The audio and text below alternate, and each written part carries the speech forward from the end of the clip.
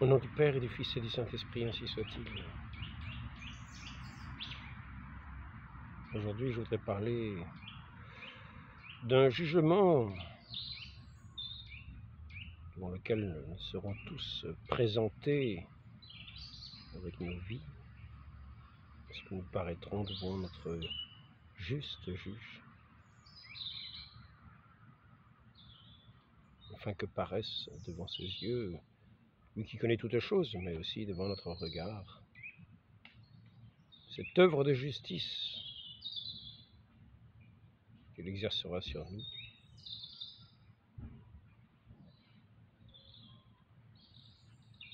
Montrant la valeur de toute notre vie, de tout ce que nous avons fait.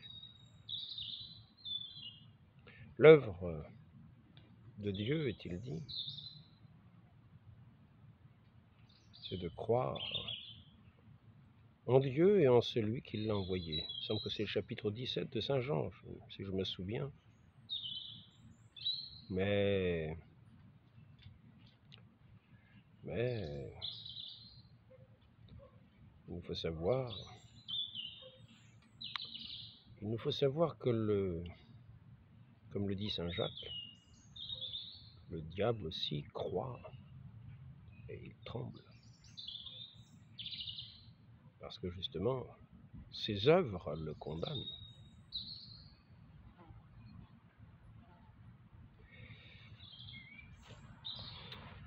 Ainsi, je voudrais dire que dans cet entretien, il ne faut pas nous moquer de l'œuvre de rédemption de notre Seigneur Jésus-Christ, ni de ses paroles, ni de ses enseignements, ni du don de sa vie qu'il a fait. Il est la lumière venue en ce monde pour éclairer tout homme venant en ce monde. En ce monde. Non pas après nous le verrons, si nous avons cette grâce de contempler sa gloire dans l'éternité, nous le verrons dans cette lumière indicible, ineffable. Ici, nous ne le voyons que, comme dit Saint Jacques, comme à travers un miroir, à travers les œuvres de ce monde, à travers cette création, dans ce regard de foi. Certaines personnes ont cette grâce, comme Saint Paul l'a eu, de voir le Christ se montrer à eux. D'autres saints ont eu cette grâce. Mais nous verrons notre Dieu au jour du jugement.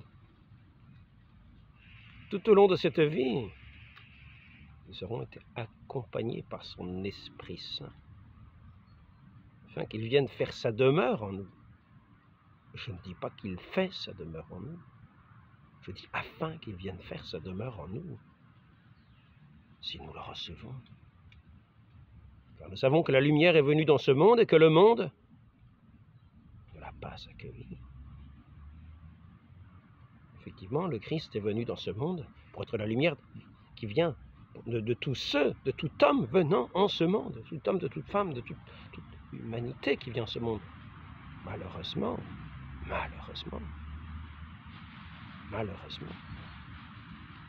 tout le monde n'ouvre pas les yeux à sa lumière si douce, cette lumière de la vérité.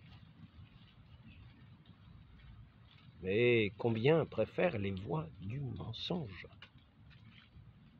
Aussi notre Seigneur portera le jugement sur nos œuvres.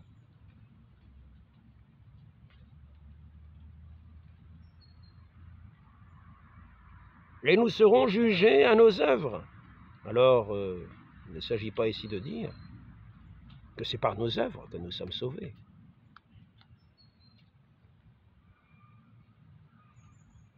Notre Seigneur Jésus-Christ, par le mérite de son sang, nous a mérité le salut.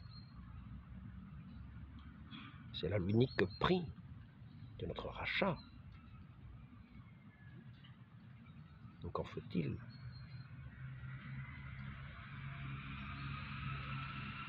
que nous nous tournions vers lui pour nous attacher à lui.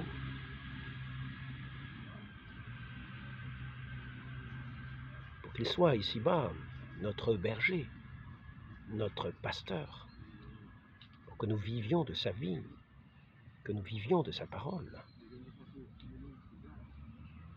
Il nous donne ce trésor, ce talent de sa parole. Il nous donne ce trésor et ce talent de sa parole, le trésor dont il nous parle dans des paraboles. À l'un, il remet 1 talent. À l'autre, il en remet 2. À l'autre, il en remet 5. 3, 5. Et puis, il s'absente. Et puis, il revient. Il revient le soir de notre vie. Le soir de notre vie. Pour voir comment, dans cette vie-ci présente, nous avons fait fructifier ce talent qu'il nous a donné pour faire cette œuvre du salut qui glorifie son Père. Serons-nous de ceux qui auront enterré le talent dont il parle dans cette parabole? Celui qui a reçu un talent et qui a peur, qui va enterrer son talent. Il savait que ce maître était dur et il avait peur de son maître. Et ce qu'il disait, il a enterré son talent. Il ne l'a pas fait fructifier. Quel sera son jugement? Va-t-on au soir de cette vie, lui sera-t-il dit « Oh ben tu me vois maintenant, tu peux me choisir, t'as qu'à venir avec moi quand même. » Non, non, il n'a pas dit ça. Il a dit de lui retirer son talent. « Tiens, je te rends ton talent que tu m'as donné. J'ai eu peur, je ne l'ai pas fait fructifier, je l'ai laissé, je l'ai enterré. » Oui. Ben, ton talent, il va t'être enlevé. Au soir de ta vie, toi qui as enterré ce talent précieux, de cette vie qui t'était donnée, de ce Dieu qui s'est donné à toi, pour être ta fille. Toi qui étais un héritier d'Adam, qui s'était détourné lui aussi, comme le premier père de l'humanité, qui s'était détourné de son Dieu, pour entrer en guerre avec lui dans une inimitié, car celui qui ne fait pas les œuvres de Dieu est contre Dieu, qui n'est pas pour moi est contre moi. Et ainsi ce jugement est sévère, et ce jugement c'est au soir de cette vie, quand le maître revient, et qu'il vient réclamer son dû. Serviteur inutile, tout ce que tu auras fait à mon service, tu ne pourras dire au soir de ta vie que je suis un serviteur inutile. Néanmoins, c'est ce service à rendre qui est de participer à cette œuvre de Dieu, pour être uni à lui. Celui qui ne participe pas à cette œuvre de Dieu n'est pas uni à lui. Il est en inimitié à lui, et c'est là qu'apparaît le jugement. Le jugement discernera ceux qui sont des boucs et des brebis. Celui qui avait 2 talents n'avait pas beaucoup plus. Là, mon maître, je les ai fait fructifier et j'en ai obtenu 2 autres. Celui qui en avait 5, pareillement. Je les ai fait fructifier et j'en ai obtenu 5 autres. C'est bien, bon serviteur, entre dans la joie de ton maître. Entre dans la joie de ton maître. Entre dans ce royaume des cieux qui a été préparé pour tous les élus. Entre dans la joie de ton maître. Toi qui as ses dispositions. Toi qui as choisi. Toi qui as choisi la voie de la vie. Toi qui n'as pas rejeté la vie. Entre dans la joie de ton maître. Je vous ai fait dans cette dignité des enfants de Dieu, avec cette liberté. Mais non pas pour en user à mauvais escient. Parce que c'est libre justement pour choisir. Pour aimer. Aimer votre Dieu. Le servir. Faire ce choix de le servir. Car ce choix de le servir, c'est le choix de la vie. C'est le choix de l'amour. C'est le choix du lien avec un autre, non pas le choix orgueilleux de celui qui se repaît lui-même en lui-même et qui se coupe, qui enterre son talent. qui n'entre pas dans cette attitude de confiance, qui rejette son Dieu. J'ai eu peur de toi, dit-il, mais en fait,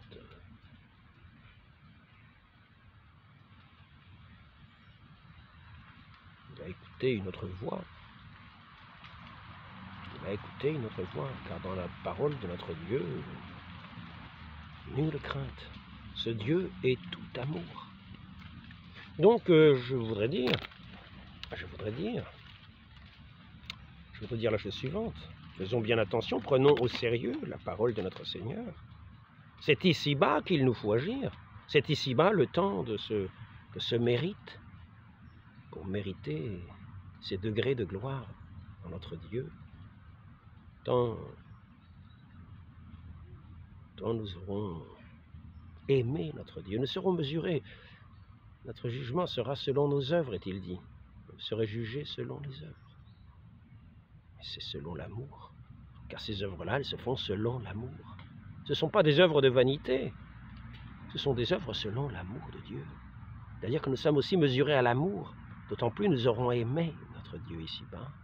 D'autant plus nous aurons fructifié dans ses œuvres qu'il nous donnera la grâce de faire. Car c'est lui qui vient habiter en lui lorsque nous l'aimons, lorsque nous gardons sa parole, lorsque nous devenons ses ouvriers, lorsque nous sommes encore à la 11e heure. Mais à la 11e heure, le travail n'est pas fini. Il y a ensuite le temps de la récompense.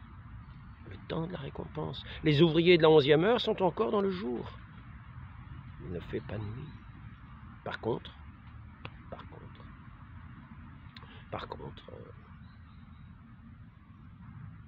ils ont leur récompense, ces ouvriers de la 11e heure, comme ceux du reste du jour. Ils ont su bien tard être embauchés. Ils attendaient pour être embauchés. Ils étaient dans l'attente, ils veillaient pour être embauchés. Ils n'étaient pas... pourrait dire qu'ils étaient paresseux oisifs, mais ils veillaient. Ils attendaient d'être embauchés. C'est-à-dire qu'ils étaient déjà dans la disposition d'entrer dans l'œuvre de Dieu, dans cette attente. Et ils ont eu leur récompense, comme ceux qui avaient travaillé toute la journée, dès les premières heures. Mais par contre, quand le temps est passé, et que cette vie nous est redemandée, c'est l'heure du jugement, c'est l'heure du salaire. On donne à chacun selon son salaire, selon ses œuvres. Ce n'est pas une invention de ma part.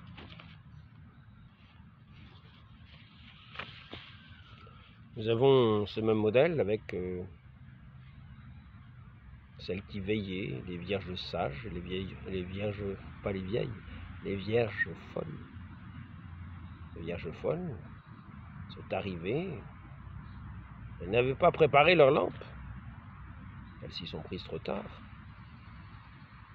Et lorsqu'elles sont arrivées à la porte pour qu'on leur ouvre, apparemment elles voulaient entrer, la porte ne leur a pas été ouverte, on ne les connaissait pas. Allez-vous-en, vous tous qui commettez l'iniquité, je ne vous connais pas. C'est la parole de notre Seigneur. Donc nous ne croyons pas qu'après cette vie, nous aurons encore tout le loisir, comme certains disent, de faire nos choix. Nous aurons le temps, nous aurons le loisir. Ah oui, tiens, c'est très joli par ici. Oh, moi je préfère Satan, moi je préfère le diable. Oh, moi je préfère notre Seigneur Jésus-Christ. Non, ce n'est pas ainsi que cela se passe. Allez-vous-en, loin de moi, vous tous qui commettez l'iniquité. Ce n'est pas le temps de choisir. Le temps de choisir, c'est dans cette vie, faisant l'œuvre de Dieu, en étant en attente d'être embauché dans cette œuvre de Dieu, en étant à l'écoute. En étant à l'écoute. Donc ici-bas, c'est le temps du mérite.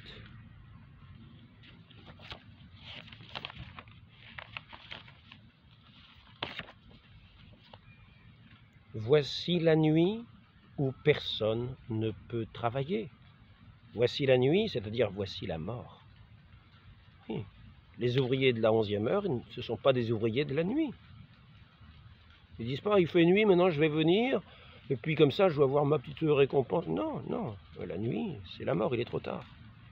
C'est pas là que notre Seigneur embauche. Non, là c'est avant la nuit, il y a eu à la nuit. C'est l'heure du jugement pour le salaire de la journée. Qu'as-tu fait? Qu'as-tu fait, toi que voilà? Qu'as-tu fait de ta journée? Qu'as-tu fait de ta vie jusqu'à présent?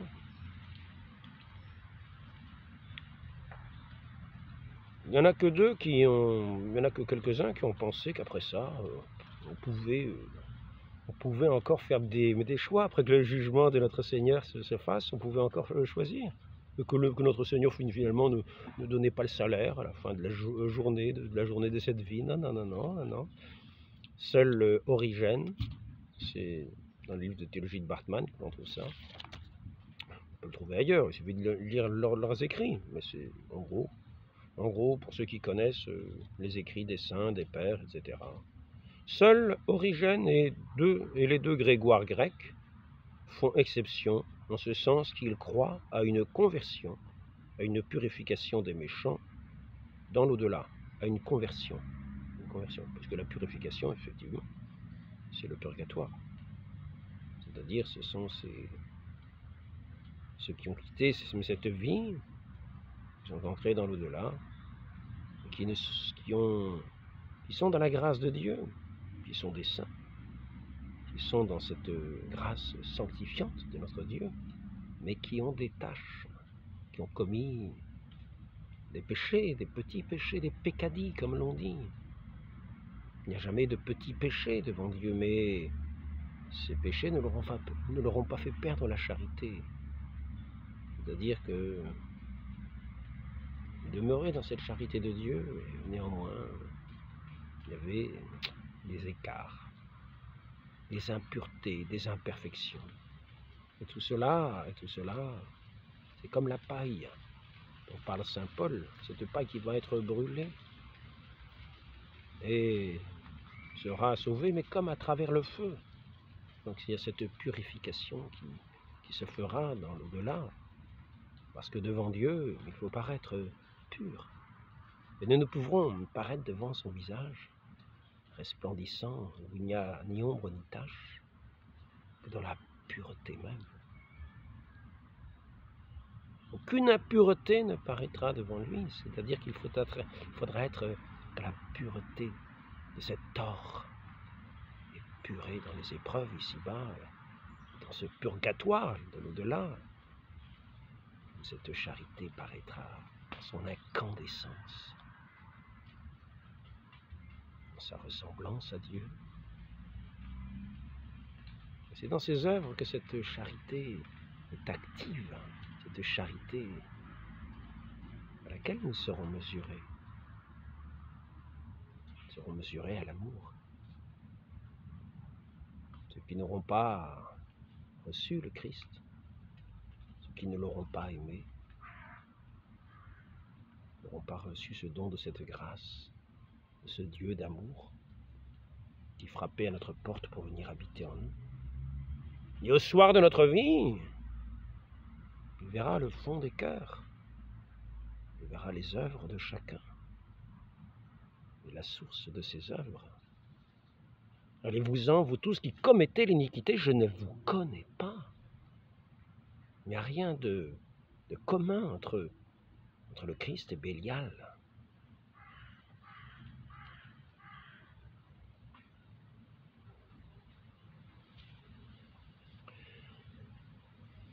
Dans l'ordre, tout homme, immédiatement après sa mort, sera jugé par Dieu dans un jugement particulier dont la sentence sera irrévocable.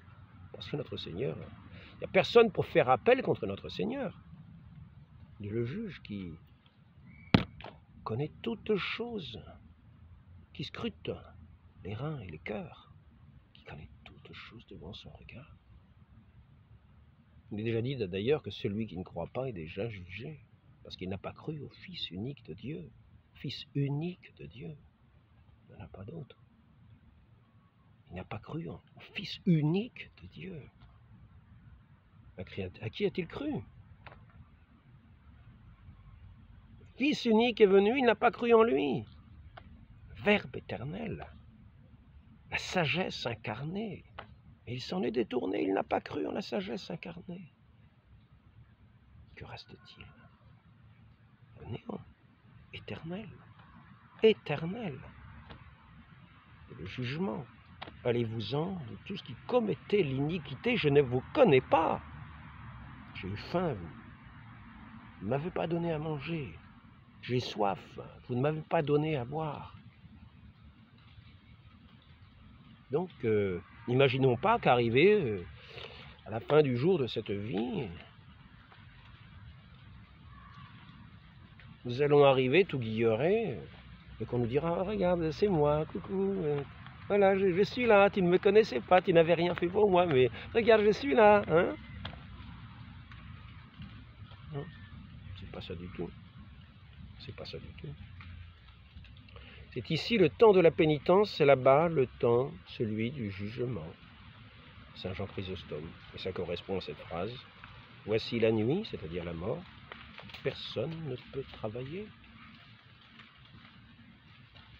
Les talents nous ont été donnés ici-bas. Nous ne sommes pas des manchots.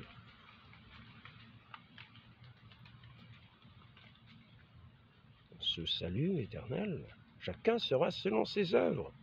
Celui qui a agi, celui qui n'a fait aucune œuvre mauvaise,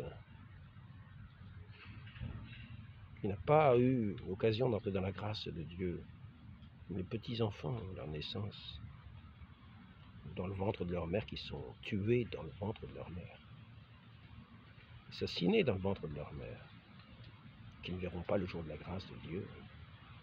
Ceux-là n'ont fait aucun crime par eux-mêmes. Donc ils n'auront aucune punition, aucun châtiment pour les méfaits qu'ils n'ont pas commis. On parle pour eux d'un lieu comme de bonheur naturel, parce que, comme enfants d'Adam, ils sont privés de cette grâce, ils ont toujours cette tâche de péché originel, les a privés de la grâce de Dieu. Ils sont revêtus de ce vieil homme. Mais ils n'ont pas commis la faute de ce vieil homme Adam. Non, ils sont les héritiers. Ils sont revêtus de ce vieil homme. Et ils n'ont pas eu l'occasion par le baptême d'être revêtus de Christ, cet homme nouveau, dans cette foi qui nous fait grandir tout au long de notre vie, que nous dormions, que nous soyons réveillés, comme une graine qui croît, pour faire un bel arbre de notre vie. Tous les oiseaux du ciel viendront reposer les œuvres divines. C'est ça la croissance en notre Dieu. L'œuvre de Dieu se fait, ce royaume de Dieu. C'est le plus grand arbre. Le plus grand arbre, il n'y en a pas de plus grand. Il n'y a pas de plus grandes œuvres que les œuvres de Dieu. Cet arbre de la foi, c'est cet arbre qui grandit dans les œuvres de Dieu. Donc, n'imaginons pas qu'arrivé après cette vie, c'est là que, alors que nous avons méprisé notre Dieu, alors que nous l'avons rejeté, alors que nous avons vécu dans des... Imaginons pas que la préparation dont parle le Concile de Vatican II et les papes avant ce concile, quand il dit que l'Église ne méprise rien de ces traditions qu'il y a dans les diverses religions, dans ce qu'il y a de vrai et de bon, qui sont comme des préparations à recevoir l'Évangile. Imaginons pas que c'est... on est tellement dégoûté d'avoir vu ce qu'on a vu dans ces religions, quelquefois. On voit des gens sacrifiés, du cannibalisme, toutes sortes de choses, possibles que nous avons pu voir, que ce soit dans tous les pays, par le passé. Tous les pays sont passés par des phases un petit peu de ce genre. Les druides, il y avait des sacrifices humains. Si on va dans d'autres pays, et oui. Donc, n'imaginons pas qu'ensuite, après ça, la préparation, ce soit de voir toutes ces abominations et de se dire, oh, c'est Seigneur, c'est maintenant que je vous choisis. Non. Par contre, il y a des dispositions qui nous donnent le sens de Dieu. Il y a certaines choses dans ces diverses dans ces diverses religions qui peuvent nous disposer, même dans les sectes, je dirais dans les sectes, parce qu'ils se sont séparés de l'Église, ces branches séparées de l'Église. Ceux qui ont la parole, l'Écriture sainte, eh bien, ils ont des éléments de sanctification dans ces Écritures saintes. Peut-être vont-ils faire un acte de foi véritable qui fera qu'ils seront rattachés à l'Église, l'unique Église de Christ, l'Église catholique, même quelquefois, peut-être sans le savoir. Dieu connaît le fond des cœurs, mais il s'agira d'avoir agi selon sa conscience et de ne jamais rejeter la lumière que Dieu ne manquera pas de donner à chacun dans cette vie, car ce n'est pas un Dieu injuste. S'il ne nous donne qu'un talent, faisons-le fructifier, et nous verrons que nous serons conduits, que c'est une vie de croissance qui nous est donnée, qu'à travers cette œuvre, nous donnera davantage de lumière. Plus nous agissons dans l'œuvre de Dieu, plus les lumières sont grandes. C'est un arbre, c'est la plus petite des graines, la foi. La plus petite des graines qui devient le plus grand arbre. Parce qu'il y a une croissance. À la fin de cette vie, vient le temps de la récolte. Il y aura ceux qui ont semé la zizanie, les anges se chargeront du tri. Mais ce n'est pas après cette vie que nous allons commencer l'œuvre de Dieu. Non, l'œuvre méritoire sera le travail fourni ici-bas. Notre Dieu y pourvoit. Il donne sa lumière à tout homme venant en ce monde. Il est venu il est venu en ce monde afin que tout homme soit éclairé de sa lumière. Afin que tout homme. La lumière est venue dans le monde et le monde ne l'a pas reçue. Il y en a qui suivent la voie large de la perdition, qui sont loin des œuvres de Dieu, loin des œuvres de cet amour intime. Dieu nous parle au cœur, nous gardons ses paroles, nous grandissons, nous lui rendons l'action de grâce incessante dans toutes les œuvres de notre vie. Nous chantons l'Alléluia de sa résurrection, de sa victoire, par toutes les œuvres de notre vie. Et au soir, les bons serviteurs seront récompensés, car à eux, on ne dira pas « Allez-vous-en, maudits, je ne vous connais pas ». Il leur sera dit une toute autre parole. À eux, il leur sera dit alors, il dira à ceux qui sont à sa gauche, ah ben ça non, c'est pas ça, mais à ceux qui sont à sa droite, venez les bénis de mon Père. Venez les bénis de mon Père. Travaillons ici-bas, le soir de notre vie, à être ces bénis, ce Père céleste. Venez les bénis de mon Père, le royaume des cieux qui a été préparé pour vous.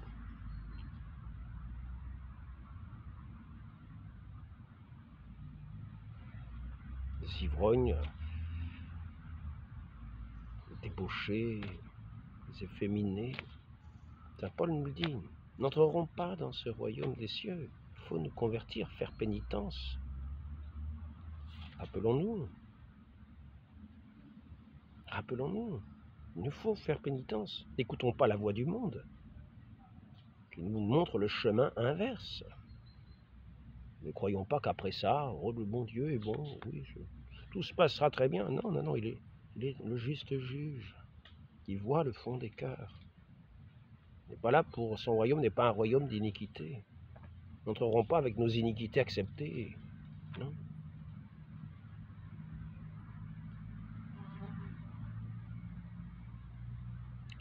L'attitude méritoire de l'homme prend fin avec cette vie. Lazare, le pauvre Lazare, et le mauvais riche, vous vous en souvenez? Dites à mes frères, on n'attend pas la fin du monde là. Dites à quelqu'un, hein, d'aller prévenir mes frères. Hein. Donc ses frères sont en vie. Il y a déjà eu cette route barrée entre Lazare et le riche, ce passage inaccessible. ce passage inaccessible, et éternellement inaccessible.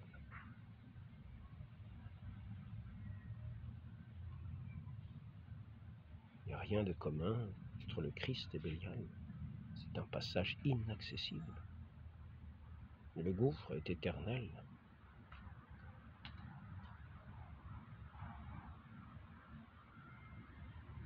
Comme la vie est éternelle.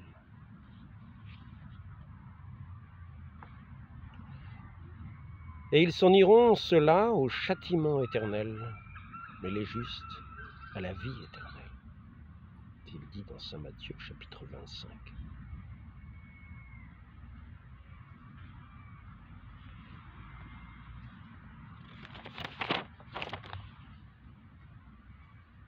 Donc, c'est bien de condamner. Je voudrais revenir à ce sujet-là un petit peu. Sur les avantages, on ne voit pas trop de certaines démarches du pape François qui invitent même des non-chrétiens à faire de bonnes œuvres. Quand il leur fait signer, il signe avec eux certains textes contre le terrorisme détestable, contre le droit, par exemple, des femmes, pour ne pas être humiliées, pour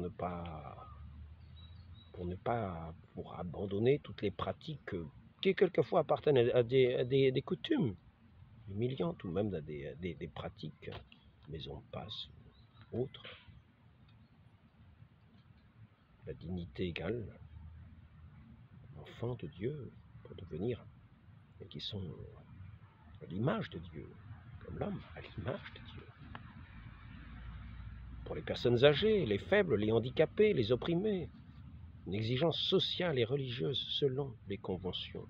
Pour les enfants, considérer comme crime le trafic de leur innocence, toute violation de leur enfance. Respect réciproque, la compréhension de la grande grâce divine qui rend frère, c'est la grâce divine qui rend frère tous les humains.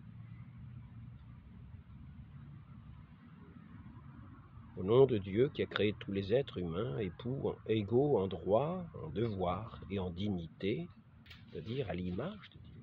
Cette dignité, personne créée à l'image de Dieu, même si nous avons perdu cette ressemblance, nous avons toujours ici-bas cette dignité de l'image de Dieu. Et dans le regret éternel, si nous finissons loin de notre Dieu éternellement, il y aura comme un ver qui rongera notre conscience, comme ce regret éternel d'avoir raté éternellement, pour si peu, ce bonheur éternel en Dieu, ce regret éternel, parce que qui sera encore comme l'empreinte de cette dignité qui nous accompagnera dans toute notre éternité.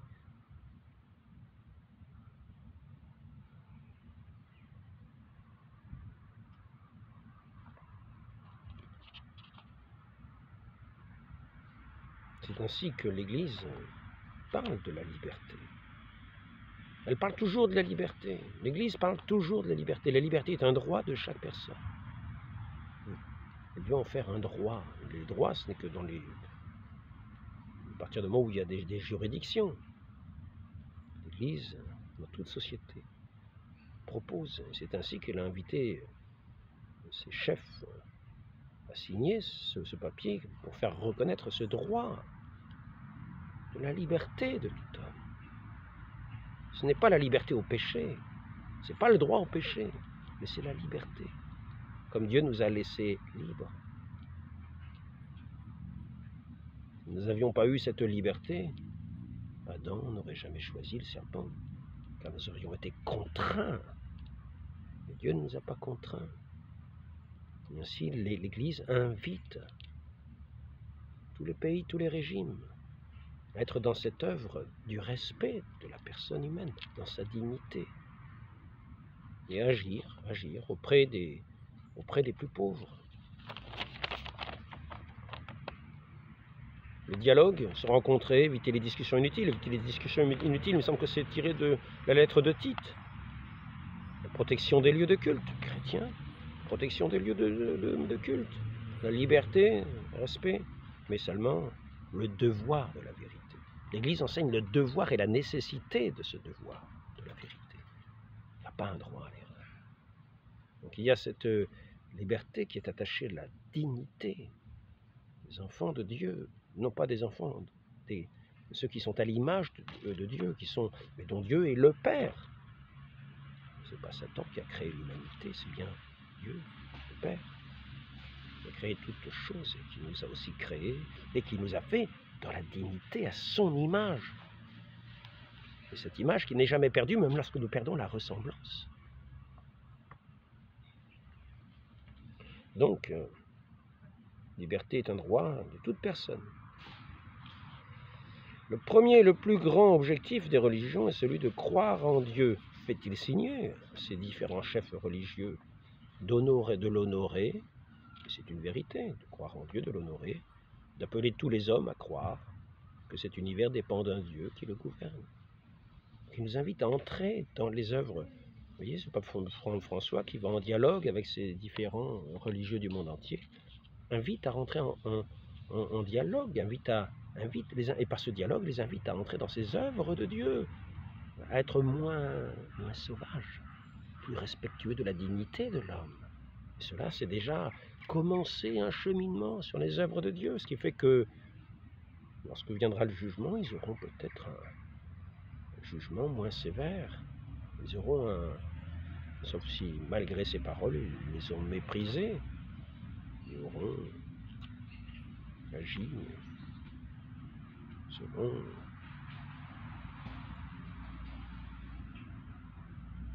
les œuvres criminelles, selon les connaissances, malgré l'accord qu'ils avaient dit, en persécutant, en tuant, en méprisant. Tout cela, ce ne sont pas les œuvres de Dieu, qui écoute, et qui est prêt, qui frappe à la porte de chacun, qui écoute le cœur, et qui est prêt à venir, à éclairer, à donner ses lumières, à nous engager sur ce chemin de salut. Nous croyons en Dieu, dans la rencontre finale avec son jugement, nous demandons de s'engager pour répandre la culture de la tolérance, de la coexistence, de la paix. C'est-à-dire ne plus faire la guerre les uns aux autres. Parce que notre Seigneur nous invite à faire la guerre, à tuer les uns et les autres. Non. Donc si c'est Pape François, en agissant ainsi, invite à éviter de faire assassiner des chrétiens, ce sera déjà une occasion d'un jugement plus adouci pour ceux qui écouteront ce texte et qui le signent. Au nom des pauvres que Dieu a commandé de secourir comme un devoir. Comme un devoir demandé à tous les hommes. Au nom, et ce texte est signé au nom des pauvres, que Dieu et des pauvres et d'autres. J'ai mis que Dieu a commandé de secourir comme un devoir, demandé à tous les hommes. Donc là, nous entrons dans le secours des pauvres, nous entrons dans ces œuvres de notre Seigneur. J'avais faim, vous m'avez donné à manger, j'avais soif, vous m'avez donné à boire. Nous serons aussi jugés aux œuvres. Il faut la foi. Pas par nos œuvres que nous sommes sauvés. Dans cette foi, il faut que ce soit une foi agissante. Et ceux qui agissent dans ces œuvres, ceux qui donnent à boire un verre d'eau, ils ne subiront pas davantage de supplices, bien au contraire. S'ils doivent subir des supplices, ils seront largement adoucis.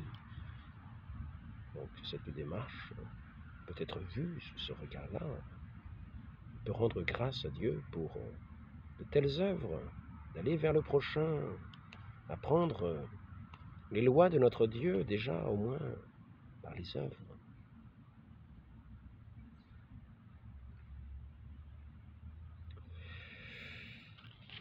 Je ne veux pas m'égarer ni vous vous